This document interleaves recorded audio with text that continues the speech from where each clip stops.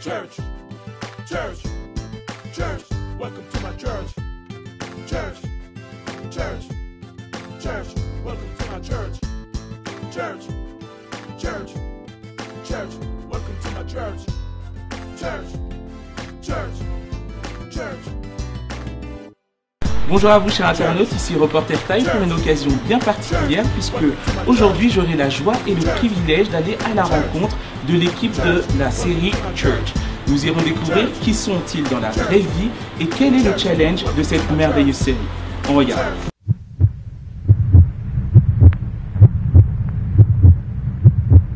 Le Bec, bonjour. Bonjour, ça va? Oui, ça va, merci. Est-ce que tu pourrais s'il te plaît te présenter pour les internautes, ton vrai nom, ce que tu fais dans la vie, tout ça? Je m'appelle James, j'ai 24 ans, je suis standardiste, Oui. d'accord. Je suis un gars assez tranquille, assez posé, Oui. ok. Je suis pas beg, D'accord. Je suis pas ni muet ni quoi que ce soit. Je suis un gars tranquille, je suis normal comme tout le monde. Et ton nom dans la série justement c'est le Beg. Pourquoi le Beg et pas le muet? Ce serait peut-être plus logique.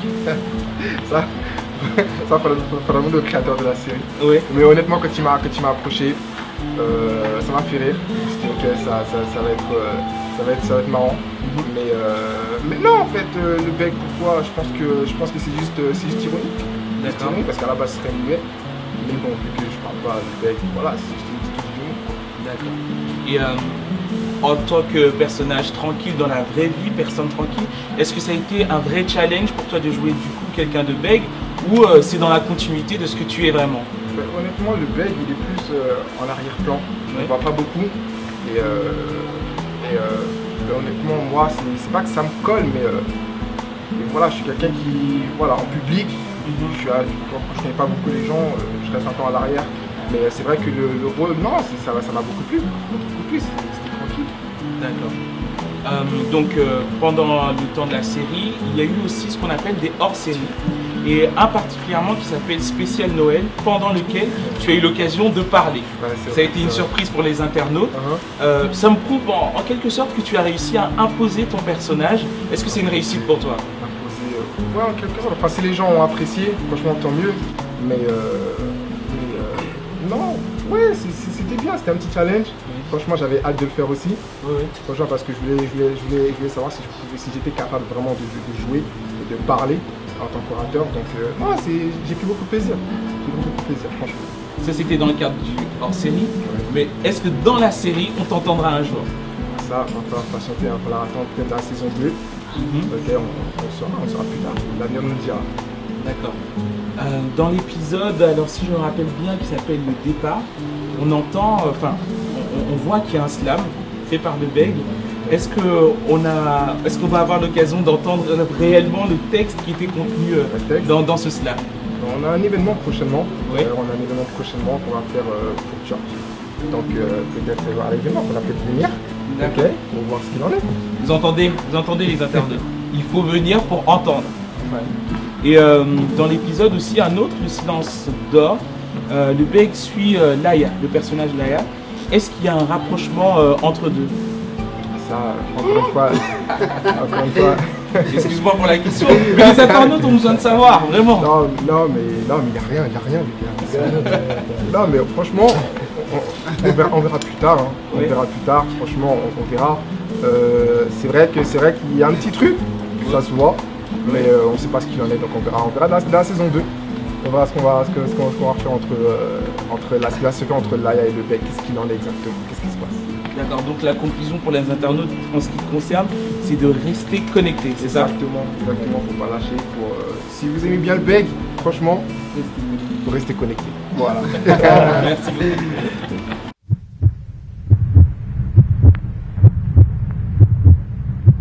Je suis maintenant avec le personnage de Géraldine. Géraldine, bonjour. Bonjour. Est-ce que tu pourrais s'il te plaît nous dire ton vrai prénom, ce que tu fais dans la vie, qui tu es réellement?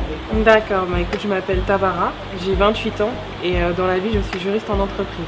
D'accord, donc ce qui n'a rien à voir en réalité avec ton rôle de maquerelle dans la série.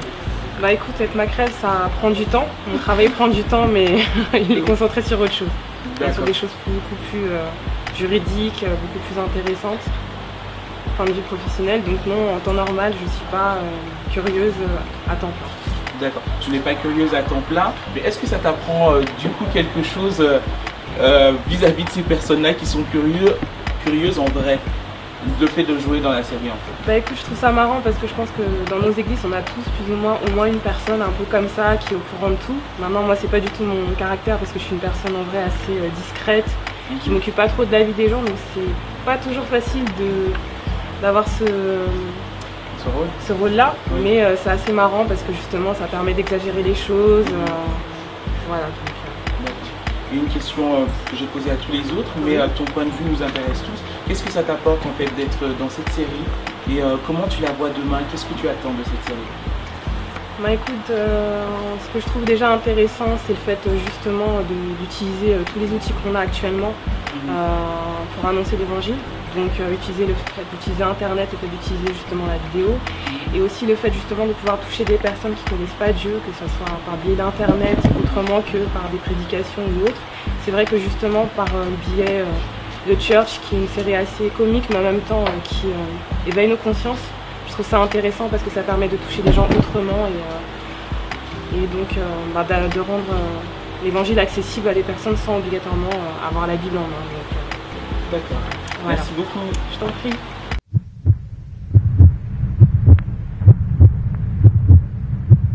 Jay, bonjour. Bonjour. Est-ce que tu pourrais, s'il te plaît, comme les autres personnages, te présenter? Salut, en fait, moi je m'appelle Patrick, D'accord. donc j'ai 25 ans et dans la vie je suis gestionnaire de compte, donc voilà, c'est à peu près moi. D'accord. Lors du tout premier épisode, on découvre ton entrée en fait fracassante dans l'église. Qu'est-ce qui s'est passé réellement pendant cette scène? Comment tu l'as vécu? Dis-nous-en un peu plus. Déjà je l'ai vécu difficilement, parce que physiquement ça a été difficile. On recommençait beaucoup de fois la scène. Donc voilà, on va dire que sur ce coup-là, Moïse m'a pas épargné. Mais c'est vrai que par rapport à cette scène et surtout par rapport à l'histoire de Jay, en fait j'ai dû me mettre assez rapidement dans la peau du personnage. Donc c'est vrai que cette première scène en tout cas m'a bien conditionné pour la suite, pour l'évolution de mon personnage dans la série. D'accord. Donc c'est un personnage assez typé, assez méchant.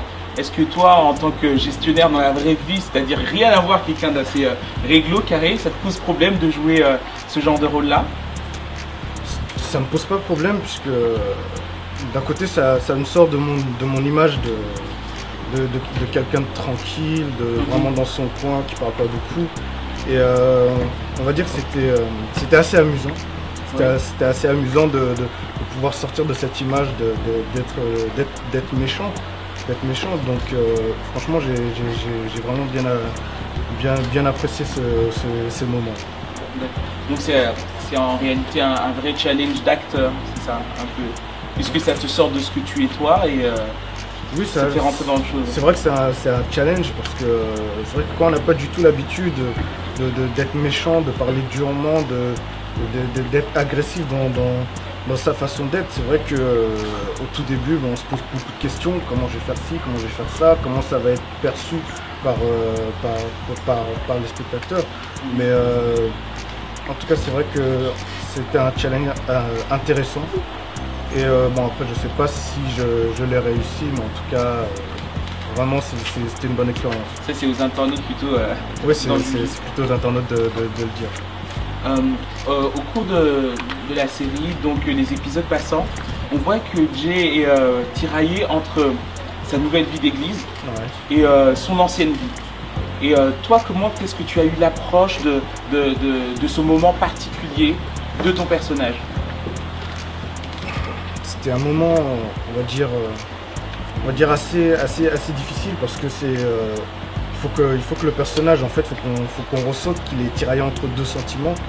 Et donc c'est vrai que c'était difficile de se mettre dans la peau de quelqu'un qui est vraiment tiraillé, que c'est pas quelque chose de facile. Et franchement cette expérience m'a montré, m'a fait comprendre dans quel état sont les personnes qui sont tiraillées entre leur ancienne vie et quand ils viennent à l'église, qui sont un peu, fait, ils ont un pied dedans, un pied dehors, et donc c'est difficile pour eux de pouvoir concilier les deux choses. Donc ça m'a montré que ces personnes-là ont vraiment besoin d'aide. Et c'est ce qu'on voit pour Jay, il a besoin d'aide par rapport à cela. Donc c'était un sentiment que je connaissais pas trop, mais qui maintenant me rend un peu plus compréhensif par rapport à certaines personnes autour de moi qui justement, peut-être elles-mêmes ne le remarquent pas, mais qui on le sent, elles sont un peu tiraillées en fait. Donc je peux dire que pour toi, dans le cadre de la série, il y a eu une prise de conscience, une compassion qui est venue dans ce que tu nous dis là, et donc ça aide à mieux comprendre certaines personnes. C'est l'impact que la série a eu sur toi? Oui, ça aide à mieux comprendre, puisque en fin de compte, on se rend. En fait, on arrive à. Enfin, on se dit que. En fait, il n'y a pas tout blanc et tout noir. Il y a des personnes qui sont un peu gris, il y a certaines qui sont plus vers le gris foncé, et d'autres qui sont plus vers le gris clair. Et donc pour elles. et donc pour elles, ça. En fait, on peut pas dire, on est toujours tiraillé. Quoi qu'il arrive, on est toujours tiraillé, pas par les mêmes choses, pas dans les mêmes situations, mais à chaque choix que l'on fait, on est toujours tiraillé.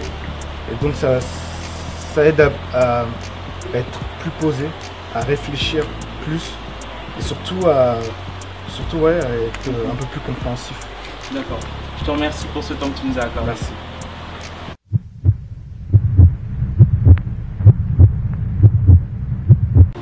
Benjamin, bonjour. Bonjour. Bon, juste avant que l'interview commence, je voudrais être sûr que tu vas pas t'endormir. Ne tente pas. Non, ce serait pas cool pour moi là. Alors, plus sérieusement, est-ce que tu pourrais s'il te plaît te présenter un tout petit peu pour les internautes? Je m'appelle Pierre, j'ai 21 ans, je suis en école de commerce et voilà. D'accord. Toi, dans le projet Church, dans la série, qu'est-ce qui t'a plu en fait? Déjà, c'est l'authenticité du projet, déjà parce que quand on regarde bien, à ma connaissance en tout cas, ça s'est pas fait en France. Je sais pas dans les autres pays, mais en tout cas en France, c'est bien la première série chrétienne. Et c'est vrai que c'est intéressant de pouvoir exploiter ce média, en fait, donc l'audiovisuel pour pouvoir évangéliser. Moi, c'est le cinéma, le jeu d'acteur et tout ça, tout ce qui est dans ce domaine, je kiffe. Alors si on peut rallier l'audiovisuel à l'évangélisation, c'est quelque chose qui est grand. Et le fait de faire cela, est-ce que ça a changé quelque chose dans ta vie de tous les jours, une approche différente? Dis-moi. Oui. Pas en tournant directement, mais c'est vrai qu'en dehors, l'impact que ça a eu sur, par exemple, mes propres amis dans les entourages qui sont autres, par exemple dans mon école, des gens qui ont été touchés par l'épisode 7, où, là où on voit qu'il y a mon petit frère qui est mort, ils ont vraiment été touchés. Et c'est des personnes parce que moi je chante aussi, et j'ai du mal à les attraper pour les faire venir à un concert. Donc du coup c'est vrai que là il y a un moyen sur internet de pouvoir les toucher à distance, et c'est vrai que ça c'est bien. Il y a une question que j'imagine beaucoup d'internautes se posent, et je vais la poser. Quand est-ce qu'il y aurait une confrontation entre toi et Jay? Ça s'est déjà fait. Ça s'est fait. Non, je rigole. Ça va falloir suivre les épisodes, regarder attentivement, et un jour je pense que ça arrivera. De toute façon c'est inévitable, donc ça viendra quand ça viendra. D'accord. Faut rester connecté. Je continue. Connecté. Comme tu disais tout à l'heure dans l'épisode 7, on voit que tu perds ton petit frère. En tant que maintenant acteur, si je puis dire, comment est-ce que tu as appréhendé ce moment, comment tu allais le jouer? Dis-nous un peu. En fait, je m'étais préparé une semaine à l'avance, parce que je savais quelle scène qu'on allait tourner cette scène. Et c'est vrai que mentalement, je m'étais préparé, mais on ne peut jamais vraiment se préparer à ce genre de situation quand on n'a pas vraiment perdu de petit frère. Oui. Quelqu'un qui a perdu son petit frère, j'aurais du mal à lui dire je te comprends, je sais ce que tu dis parce que je ne l'ai jamais vécu. Donc après, on essaie de se mettre à sa place au maximum, de vraiment réfléchir à quelle réaction on pourrait avoir, le mieux le faire possible pour que ça soit crédible, parce que c'était une scène assez importante, il fallait pas faire n'importe quoi, on avait besoin de toucher des gens avec ça. Donc c'est vrai que c'était assez difficile de l'appréhender et de se demander comment on allait jouer. D'accord. Quelque chose d'un peu plus original, est-ce que tu pourrais t'adresser vite fait aux internautes, leur dire un mot? Merci Benjamin.